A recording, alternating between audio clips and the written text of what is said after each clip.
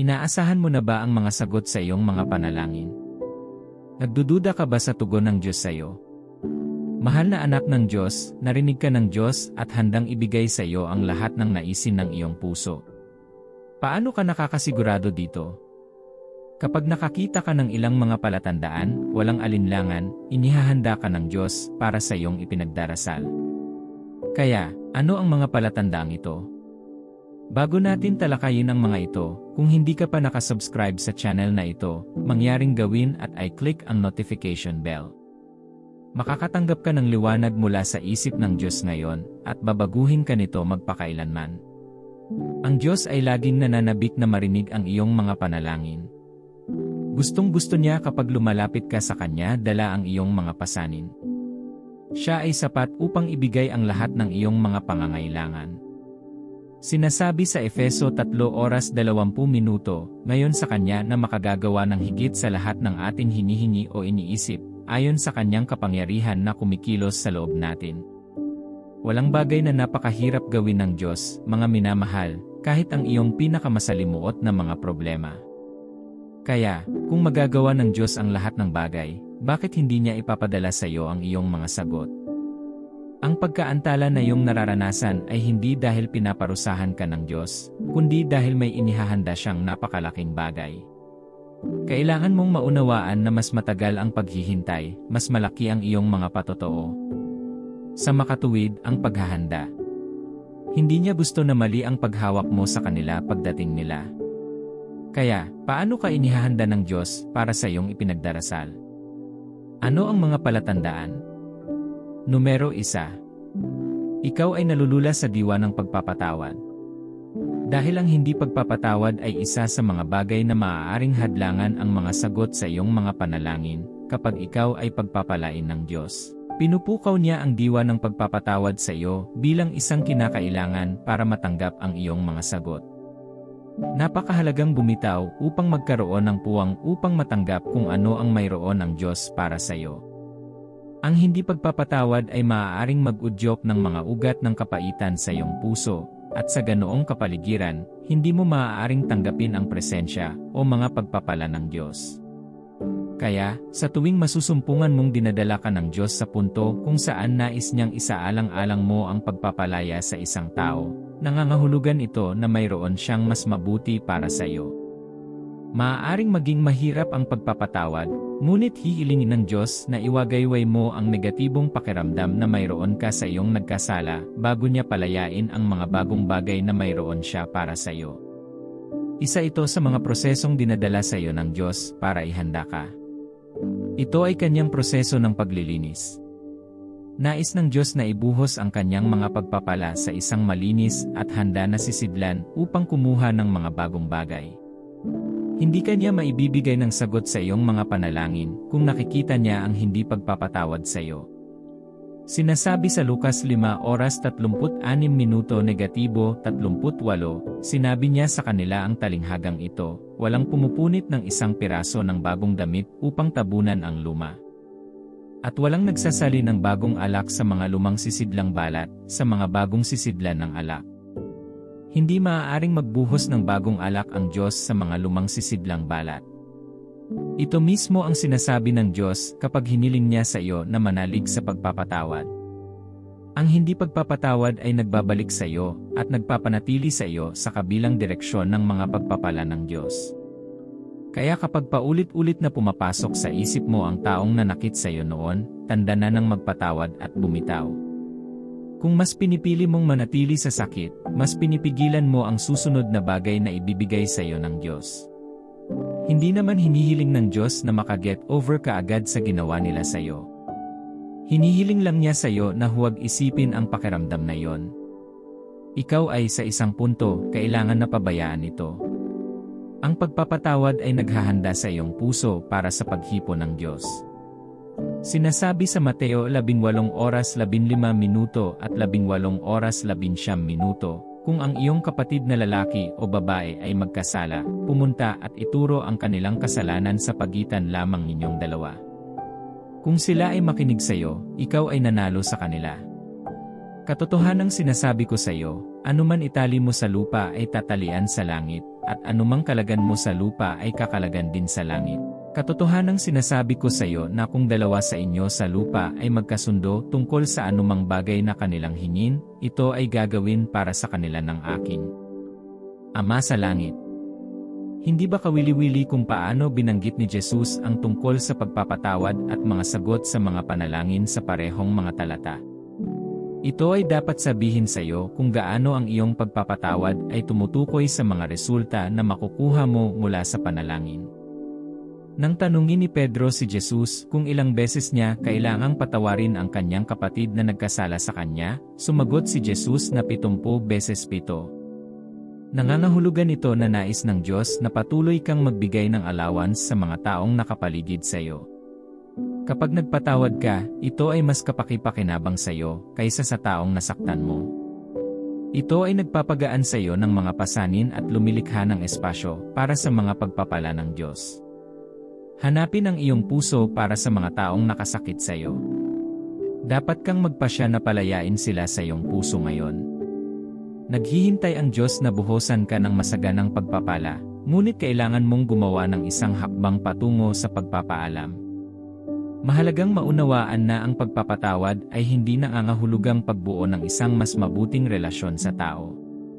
Kapag pinayuhan ka ng Diyos na magpatawad, nais niyang panatilihin mo ang kapayapaan sa lahat ng tao. Hindi ito nangangahulugan na kailangan mong patuloy na maging malapit sa iyong mga nagkasala. Napakalakas ng pagpapatawad kaya't muling binanggit ito ni Jesus sa Mateo 5:23 -24. Kung pumunta ka sa harapan ng Diyos na may dalang handog at, sa proseso, alalahanin na mayroon kang alitan sa iyong kapatid, inaasahan ng Diyos na babalik ka at makipagkasundo. Bago dalhin ang iyong handog, hindi man lang ipagkakaloob ng Diyos na marinig ng madla ang iyong mga kahilingan kung tumanggi siya sa mga regalo dahil gusto niyang magkasundo ka. Kaya, dapat kang gumawa ng mga pagtatangka para sa pagkakasundo. Hihilingin din sa iyo ng Diyos na humingi ng kapatawaran kung nakasakit ka ng isang tao. Ang mga pagkakasala ay normal. Laging tatapakan ng mga tao ang iyong mga daliri at makakasakit ka rin ng iba. Mahalagang matutunan mo ang lugar ng pagpapakita ng kapatawaran at paghingi nito. Kapag sinimulan ng Diyos na magbigay ng kapatawaran sa iyong mga iniisip, ito ay isang palatandaan na inihahanda ka niya para sa iyong ipinagdasal. Bilang 2. Inaakay na manalangin ayon sa kanyang kalooban. Kapag sinimulan ka ng Diyos na idirekta sa pagdarasal sa kanyang kalooban, nangangahulugan ito na matatanggap mo na ang iyong mga sagot. Ang kalooban ng Diyos ay laging tumatanggap ng kanyang atensyon. Kaya, kung ang iyong mga panalangin ay sumasang-ayon din sa kung ano ang nais ng Diyos, nangangahulugan ito na ang iyong mga sagot ay malapit na. Ito ay kung paano mo malalaman na itinatakda ka ng Diyos para sa isang pambihirang tagumpay. Ginagawa ng Diyos ang iyong mga motibo bago niya ibigay sa iyo ang iyong hinihiling. Tinitiyak niya na ang iyong pagnanais na humingi ng isang partikular na pangangailangan ay naayon sa kanyang kalooban. Mahalaga rin ang mga motibo dahil isa ito sa mga dahilan kung bakit maraming kahilingan ang hindi nakakatanggap ng mga sagot. Laging sinusuri ng Diyos para makita ang iyong mga dahilan sa paghingi. Kung nalaman niya na gusto mo ang bagay na yon sa maling dahilan, ipinagkait niya ito sa iyo. Inihahanda ka niya sa pamamagitan ng paghahanay ng iyong kalooban at mga hangarin sa Kanya. Ito ang tanging paraan para makatanggap ka ng mga sagot. Matatagpuan mong pinupukaw ka ng Diyos upang buksan ang iyong puso sa banal na espiritu. Tandaan na ang gawain ng banal na espiritu ay tulungan kang manalangin. Siya ay namamagitan sa Diyos para sa iyo, at tinitiyak niya na ang iyong mga kahilingan ay ayon sa kanyang kalooban. Alam ng banal na espiritu kung ano ang nasa puso ng Ama sa bawat punto, kaya iniayon niya ang iyong mga kahilingan sa kalooban ng Diyos.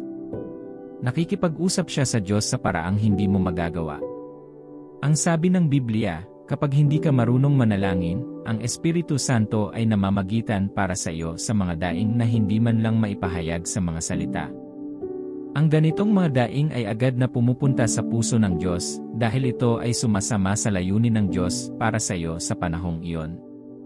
Kaya, Kapag nadama mo ang presensya ng Espiritu Santo sa lugar ng panalangin, at nabigyang inspirasyon kang manalangin tungkol sa ilang bagay, makatitiyak kang darating ang iyong mga sagot dahil nagdarasal ka ayon sa kanyang kalooban.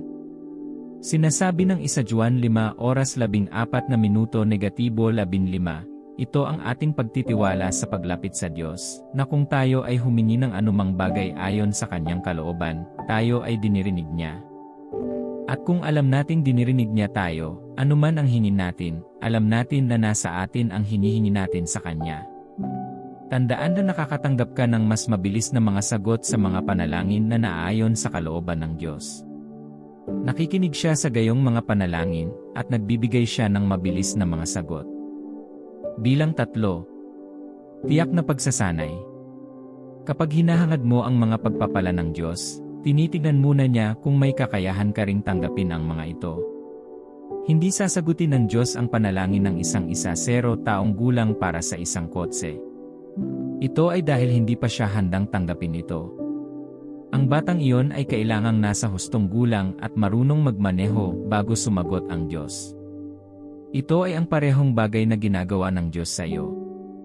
Kapag nagsimula kang makakuha ng mga senyales na kumuha ng ilang pagsasanay, ito ay paraan ng Diyos sa paghahanda sa iyo para sa iyong ipinagdasal. Hinding-hindi niya ibibigay ang hindi mo kayang hawakan. Kung nakita mong tumutugon ang Diyos sa iyong mga kahilingan ng may banal na patnubay, nangangahulugan ito na nais niyang tulungan kang bumuo ng kakayahan. Kapag nalaman mong ang isang partikular na ideya ay patuloy na lumalabas sa tuwing ikaw ay nananalangin, ito ay maaaring isang tanda mula sa Diyos. Siya ay nagsasabi sa iyo kung ano ang gagawin. Nais niyang gawing mahusay ka para sa tagumpay na darating sa iyo. Sa pamamagitan ng iyong mga panahon ng pagsasanay, ang Diyos ay nagtatayo ng pagkatao sa iyo. Dito ginagawa ng Diyos ang iyong disiplina sa sarili at kontrol. Maaaring hindi mo mapangasiwaan ng maayos ang mga sagot na ibinibigay sa iyo ng Diyos kung hindi ka dinidisiplina. Karamihan sa pagsasanay na dadalhin ka ng Diyos ay hindi komportable. Ang proseso ng anumang pagsasanay ay hindi madali, ngunit ito ang gumagawa ng pagkakaiba sa pagitan ng isang baguhan at isang propesyonal. Inilalantad ng pagsasanay ang isang taong handang tumanggap ng mga sagot at ang taong hindi. Ang isa pang bagay na ginagawa ng Diyos sa panahon ng pagsasanay ay ang pag-unat sa iyo. Pinagagawa ka niya ng mga aksyon na naaayon sa mga pagpapalang matatanggap mo. Kapag ang iyong mga sagot ay nasa daan, ang Diyos ay nagsisimulang idirekta ang iyong mga hakbang. Tinutulungan ka niyang gumawa ng mga aksyon na akma sa iyong hinahanap. Ang pagsasanay na dinadala sa iyo ng Diyos ay tutulong sa iyo na bumuo ng kapasidad. Makikita mo ang iyong sarili na kumukuha ng higit pa sa inaakala mong kakayanin mo. Sa pamamagitan ng pressure na ito, nagiging pino at akma ka upang mapaunlakan ang iyong mga sagot. Kaya, sa tuwing sisimulan mong madama ang pangangailangan na itayo ang iyong sarili sa isang partikular na lugar, ito ay kanyang paraan ng paghahanda sa iyo. Maaaring dalhin ka niya minsan sa mga sandali ng pangangasiwa upang matutunan mo kung ano ang kinakailangan. Kapag inilagay ka niya sa ilalim ng ilang mga tao, nais niyang bumuo ka ng kasipagan. Makakatulong ito sa iyo na magkaroon ng pakiramdam ng responsibilidad at pananagutan. Dinadala ka rin ng Diyos sa pamamagitan ng pagsasanay dahil gusto niyang bumuo ka ng kadalubhasaan. Ito ay sa pamamagitan ng proseso na ang Diyos ay nagtuturo sa iyo ng kasipagan at pagtutok, upang kapag siya ay nagbigay sa iyo ng pagpapala, mabisa mong pamahalaan ito. Hindi maaaring ipagkatiwala ng Diyos ang kanyang mga kayamanan sa iyong mga kamay kung hindi kanya sinubukan upang maging karapat-dapat. Ito ang dahilan kung bakit kanya sinasanay. Sa pamamagitan ng pagsasanay na tinitiyak niya na magiging angkop ka para sa iyong mga sagot. Dapat ay handa kang tumanggap hanggat hinihiling mo sa Diyos. Lagi kanyang gagawing lumikha ng sapat na silid upang maglaman ng nais niyang ibigay sa iyo. Kaya, kung nakita mong hinihimok ka niya na dumaan sa pagsasanay, dapat mong i-maximize ang pagkakataong matanggap ang lahat ng gusto niya para sa iyo.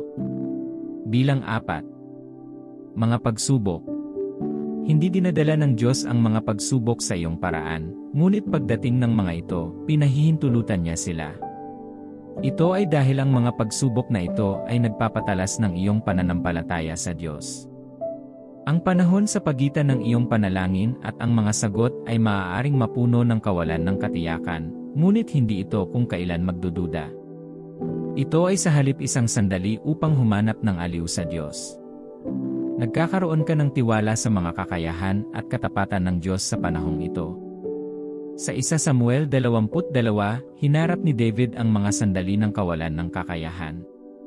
Kinailangan niyang tumakas sa pagtatago dahil si Haring Saul ay pagkatapos ng kanyang buhay. Ngunit sa pagsubok na ito, natutunan niyang umasa lamang siya sa Diyos. Naunawaan niya ang pag-asa mula noon. Ito ang isa sa mga sandali na nagbuo kay David sa pagiging lalaki niya. Natutunan niyang laging humingi ng patnubay ng Diyos bago gumawa ng anumang hakbang. Katulad ni David, itinatayo ka ng Diyos upang maging isang taong nananatili sa pananampalataya sa mga pagsubok at paghihirap. Sinisimulan ng Diyos na ihanda ang iyong puso para sa iyong mga kahilingan dahil magkakaroon ng mas malalaking hadlang sa hinaharap. Binubuo ka niya na magtiwala sa Kanya para sa maliliit na bagay upang makatayo ka rin ng matatag sa pananampalataya kapag nahaharap sa mahihirap na panahon. Ginagawa rin ng Diyos ang iyong mga paniniwala sa tuwing gusto niyang ilabas ang iyong mga sagot. Ito ay dahil ang iyong mindset ay mahalaga sa pagtanggap ng anuman mula sa Diyos. Binubuo din ng Diyos sa iyo ang uri ng pananampalataya na mayroon si Abraham. Tinutulungan ka nitong manatiling nakatuon sa Diyos kahit na tila naantala ang iyong mga sagot. Ito ay nagpapanatili sa iyo na naniniwala kahit na ang Diyos ay tahimik tungkol sa kanyang mga pangako sa iyo. Tinutulungan ka rin nitong makilala na ang mga pagsubok na ito ay hindi isang uri ng parusa mula sa Diyos, ngunit isang pagkakataon upang palakasin ang iyong paglalakad kasama siya. Isang palatandaan na ang iyong mga pagpapala ay mas malapit kaysa sa iyong iniisip ay ang mga pagsubok na iyong kinakaharap ngayon. Bilang 5. Pagbibigay ng panuto. Ang mga sagot ng Diyos ay laging nakatago sa mga tagubiling ibinigay niya sa iyo. Sa tuwing malapit na ang iyong tagumpay, isang tanda ang darating para sa iyo sa pamamagitan ng mga tagubiling ibinibigay niya sa iyo. Ito ang dahilan kung bakit kanya inihahanda sa pamamagitan ng pagsunod sa kanyang tinig. Tinitiyak niya na nauunawaan mo kung paano siya nakikipag-usap sa iyo at binubuksan ang iyong puso upang matanggap ang sinasabi niyang gawin mo. Sa mga sandaling tulad nito, makikita mo ang iyong sarili na gumagawa ng mga hakbang ng pananampalataya. Hindi ka lang makikinig sa Diyos, kundi magbibigay ka rin ng agarang tugon sa mga bagay na sinasabi niya sa iyo. Ang mga Israelita ay nasa pagitan ng dagat na pula at ng mga hukbo ng Ehipto nang humingi sila ng tulong sa Diyos. Si Moises, ang kanilang tagapamagitan, ay nagtanong sa Diyos at siya ay nakatanggap ng tugon. Binigyan siya ng Diyos ng tagubilin. Sa pagtuturo ay nakalagay ang sagot sa kanilang mga panalangin. Sinasabi ng Eksodo 14 na oras 15 minuto negatibo 16 na 21 tandang bawas 22. Pagkatapos, sinabi ng Panginoon kay Moises, "Bakit ka sumisigaw sa akin? Sabihin mo sa mga Israelita na magpatuloy sila.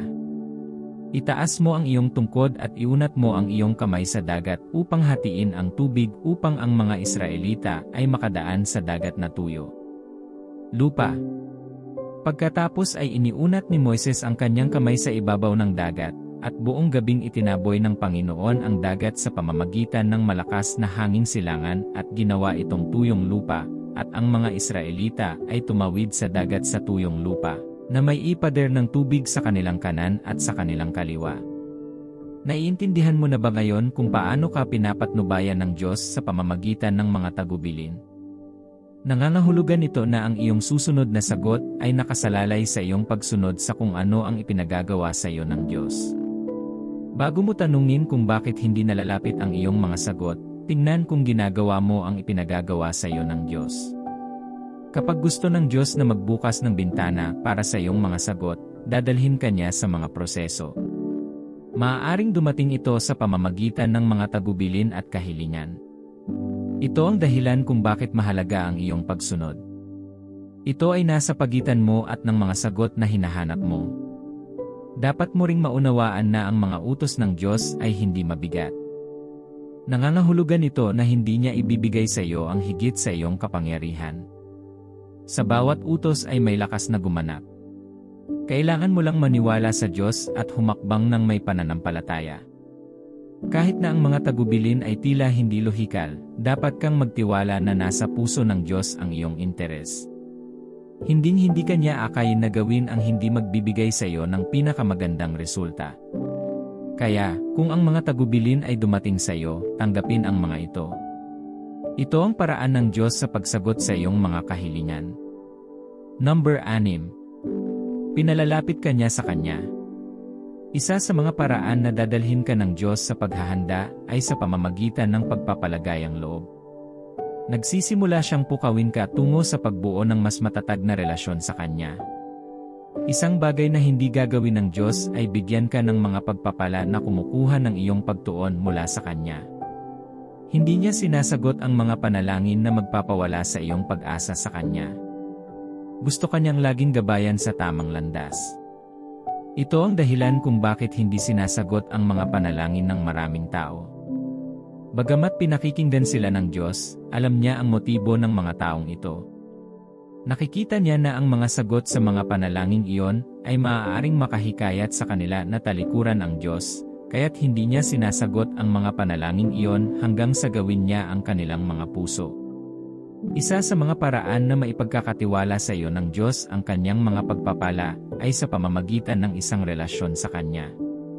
Dito niya nililinis ang iyong puso at ginigising ang iyong pagnanasa para sa Kanya. Nagsisimula siyang ihayag ang Kanyang mga hangarin para sa mga pagpapalang nais niyang ibigay sa iyo. Tinutulungan ka rin niya na maunawaan ang lugar ng pagsulong ng kaharian sa mga pagpapalang ibinibigay niya sa iyo. Kapag inihahanda ka ng Diyos para sa iyong mga sagot, ipaparanas ka niya sa isang paraan ng paglilinis. Dito ka niya inihihiwalay sa mga taong hindi para sa iyong buhay. Pinutol niya ang sinumang hindi tutulong sa iyo na ipakita ang Kanyang layunin. Bago dumating ang ilan sa iyong mga panalangin, hihilingin sa iyo ng Diyos na ganap na baguhin ang ilang mga tao sa iyong ikot.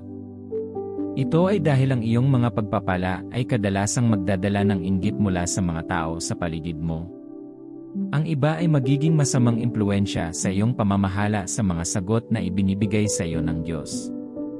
Kaya naman, inaalis niya sila sa iyong buhay bago dumating ang mga sagot. Kaya, kapag nakita mong dinadala ka ng Diyos sa mga sandali ng paghihiwalay, dapat mong matutunan na huwag labanan ito. Maaaring hindi mo maintindihan kung bakit kailangan niyang kunin ang ilang mga tao sa iyong buhay, ngunit mas malayo ang nakikita ng Diyos kaysa sa nakikita ng iyong mga mata. Alam niya ang mga bagay na hindi mo alam. Kaya, kapag inakay ka niya palayo sa ilang mga tao, hayaan mo siya. Dapat mong tandaan na nasa puso niya ang iyong pinakamahusay na interes at palaging gagabay sa iyo sa Kanyang mga paraan. Dapat mong palaging ipaalala sa iyong sarili na ang Kanyang mga iniisip para sa iyo ay mabuti. Nagsisimula rin siyang turuan ka sa pamamagitan ng Kanyang salita. Tinutulungan ka niya na manatili sa Kanyang mga pangako at binibigyan ka ng kapayapaang panghahawakan kapag tila may pagkaantala sa pagtugon ng Diyos. Sa lugar ng intimacy, matututo kang maghintay sa mga pangako ng Diyos. Pinakawalan niya sa iyo ang biyayang panghawakan, tulad ni Abraham. Kahit na walang palatandaan o pag-asa sa mga pangako ng Diyos sa kanya, matiyagang naghintay si Abraham. Ano sa palagay mo ang nagpahintay kay Abraham?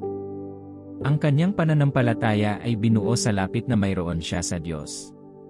Tinatawag ng Biblia si Abraham na kaibigan ng Diyos. Nangangahulugan ito na si Abraham sa mga nakaraang panahon ay gumugol ng sapat na oras sa Diyos upang malaman na siya ay palaging tapat. Sa pamamagitan ng kanyang relasyon, naniwala siya laban sa pag-asa na hindi tatalikuran ng Diyos ang kanyang mga pangako. Sa panahon ng paghihintay na ito, tinuturuan ka ng Diyos na panatilihin ang iyong tingin sa Kanya. Binibigyan ka niya ng biyaya na alisin ang iyong mga mata sa iba pang mga alternatibo. Habang inihahanda ng Diyos ang mga sagot sa iyong mga panalangin, dapat kang matutong maghintay ng may pananampalataya. Sa bawat oras na tumutok ka sa isa pang opsyon, hindi direktang sinasabi mo sa Diyos na hindi ka naniniwala sa Kanya. Dapat mong panghawakan ang mga pangako ng Diyos at ipaalala sa iyong sarili ang Kanyang katapatan sa mga nakalipas na panahon. Habang naghihintay ka, tandaan na hindi mo ito ginagawa ng walang kabuluhan. Isaiah 40:31, ngunit ang mga umaasa sa Panginoon ay magbabago ng kanilang lakas.